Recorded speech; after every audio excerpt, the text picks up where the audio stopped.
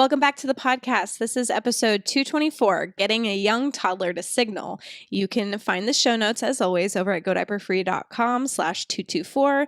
Please leave us a comment, ask us any questions you have, and find the links to everything I'm going to talk about in today's episode.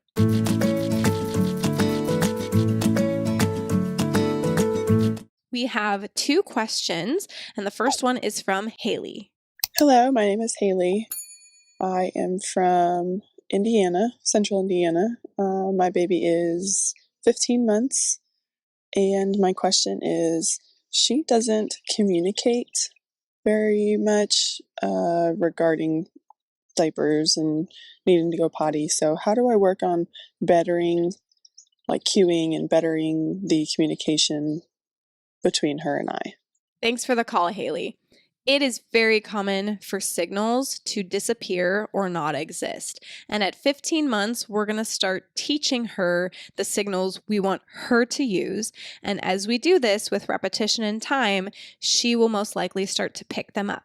Now, I say most likely because it's very, very important for us to not have high expectations for our children to signal. In fact, Andrea recommends having no expectation. Never expect them to respond or to signal or to tell us ahead of time if they need to potty. And one of the big reasons for this is when we have expectations on our children, we start to place these timelines that often are not really based on much except for our own hopes. We start to become potty-centered, which can really put a lot of inadvertent pressure on ourselves and our children. So really dropping those expectations to the absolute floor is going to be the least stressful situation for you. Now, we are going to teach signals really like you're going to teach anything else to your child. Any other kind of language or response or interaction is done through repetition, and it's going to often feel like you've been doing it for months with no response, and then all of a sudden one day they might come up with a signal. My baby's currently 15 and a half months, and that has happened with quite a few things lately. I was signing potty to her since she was about 6 months, and she only picked that up in about the last month. The sign for potty, for those of you listening, is the sign language, American Sign Language T, which is your thumb. You make a fist, but you put your thumb between your first and middle finger so it sticks out, and then you shake it. So you can see me if you're watching the video, but if you're listening on the podcast, you can look up that sign language T, and I'll see if I can find a good graphic or something to link in the show notes. But we like to use that as our potty sign. She doesn't do it exactly that way. A lot of times they come up with their own way to copy that, but I'm teaching that to her just like you would teach them to identify anything. If you are holding a ball and you're saying ball, you give it to them and you say ball, eventually they're going to learn the word ball. And teaching them with signaling for the potty is really along the same lines. It's a great idea to go off of natural timing and transition time. So you're going to take your baby to the potty, probably with some of the easy catches like the wake up pee or poop, or you're going to use the natural timing you've established either by doing observation or just as you've been getting a sense of your baby, using the transition times and just repeating, being consistent, reinforcing those signals you'd eventually like to use. I mentioned one, shaking the T, potty. You can also say potty. Most of us eventually want our child to tell us verbally that they have to go potty. Some people like to do two different signals for going to the bathroom and then peeing. Some have found that if you use the same thing, like you use that shaking T both when you need to move to the bathroom and when you want them to pee in the potty, they can take it really literally and they can just stand there and pee. So if you're finding that, separate the two. For us, we kind of just point and then shake the T, like the potty's over there, and then we shake the T. And then as she's peeing, I will say pee pee. So I'll say potty while I'm doing the sign. And then as she's actually peeing or pooping in the potty, at the point when she's saying it, or I'm sorry, at the point when she's actually releasing her pee, I will say pee pee. Or if she's pooping, I will say poop. We want to be careful not to overdo it. If we are just saying the words all the time or using the signs all the time, then they don't really have anything to associate it with. That's why it's really important to just, if you think it's potty time, whether it's that an easy catch, the natural timing, transition timing, you can say mama pee-pee or mama potty or whatever it is you want them to say when they need to go to the potty. And then once you put them on the potty or they mount the potty, wait for them to actually go. If we're just throwing these words out all over the place, it doesn't mean anything to them. That's why when we're teaching them words for anything else, we hold it up or we point to it when we say the word, because we need them to have something to connect it to. Again, this won't happen overnight. And then at some point, it just kind of will. At some point, they'll go through a shift or a leap, and suddenly they're saying pee-pee, and they might just be saying it all the time. So there's a phase as well where you'll want to help them when they start saying the word or they start making the sign, help them keep that only associated with what it belongs with. So if your baby has started saying pee-pee, right now, when my 15-month-old says pee-pee, I take her to the bathroom. And so she's learning that if she says pee-pee while she's walking around the house, we're going to go to the potty.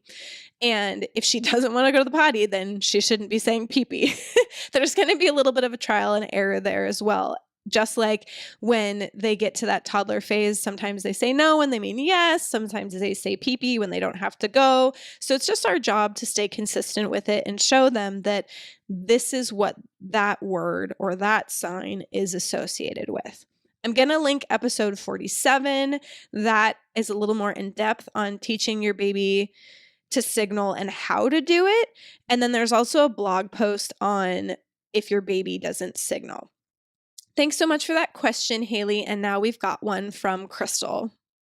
Hi, good morning. So my name is Crystal. I live in Mount Olive, North Carolina, and my daughter is 16 months old. My question is, how do I get her to signal me when she has to pee? She tells me by sign every time when she needs to go number 2, but so far it doesn't even seem to be that she is aware that she is peeing. So thank you so much for your help. Thanks so much, Crystal. I have a couple suggestions for you. Some of them being what I just discussed for Haley, because that's very similar. And also, if you're finding that she doesn't seem to mind that she's wet, there are a few different options. Number one, if your baby's backup isn't working, if they don't seem to mind or they've gotten used to peeing in whatever backup you're using, change the backup. So whatever you're using right now doesn't seem to be working. If you're using a diaper still, it's time to change to undies. You can change to trainers, but they can still feel like a diaper. So I would at this age just go straight to undies.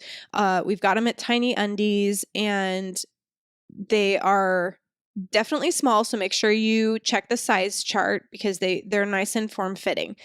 If you're already using undies, try Commando. So we want to kind of go through the progression of backups until we find the one where she does mind being wet, or at least it encourages her to stay dry or encourages her to tell you when she needs to go. It could also be if she's telling you for poop, but not for pee, we could be running into the issue I just mentioned. She could be, if you're saying pee-pee for it's time to go potty, she could be taking that kind of literally and just peeing.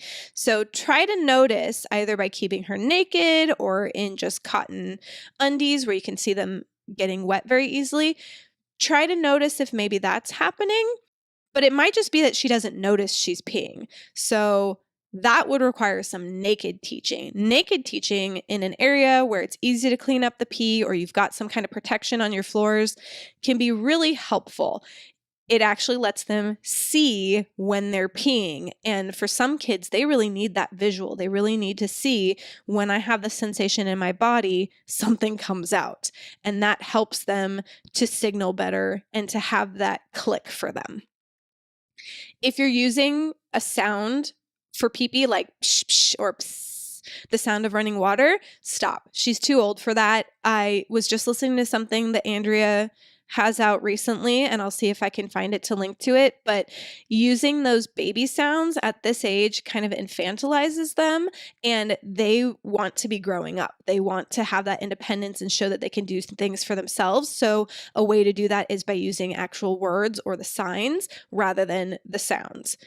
There's also the Passing the Baton Young Toddler EC program that I'll link for both of you, because that's a really nice in-depth way of helping your child bridge the gap from you really being in charge of potty time to them being in charge of it.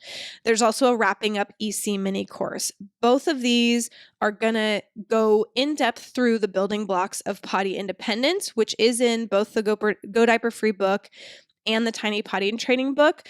The building blocks of potty independence are all of the pieces your child needs in order to successfully be potty independent. And one of those building blocks, one of those aspects is prompting, whether it's them telling you that they need to go or you suggesting it's potty time and there's a positive response to it. But that's one of the building blocks that your child's going to need to be potty independent. So I will link all of that in the show notes. And remember, signals come and go when they're very busy with a leap or a shift and developing. They're not really prioritizing telling you they need to go potty, especially if they're wearing some kind of backup that they really don't mind going in. So that's where changing the backup, giving them more independence, these kind of things can really help them. So that's everything I have for both of you today. Thanks for listening. For everyone who wants to join us over on the blog, please let us know, how did you get your baby signaling? If your baby doesn't signal right now, which one of these suggestions are you going to try? Head over to godiaperfree.com/224 for that comment section where you can leave us a comment, ask us a question, check out what other listeners have to say, and we will see you over there on the blog.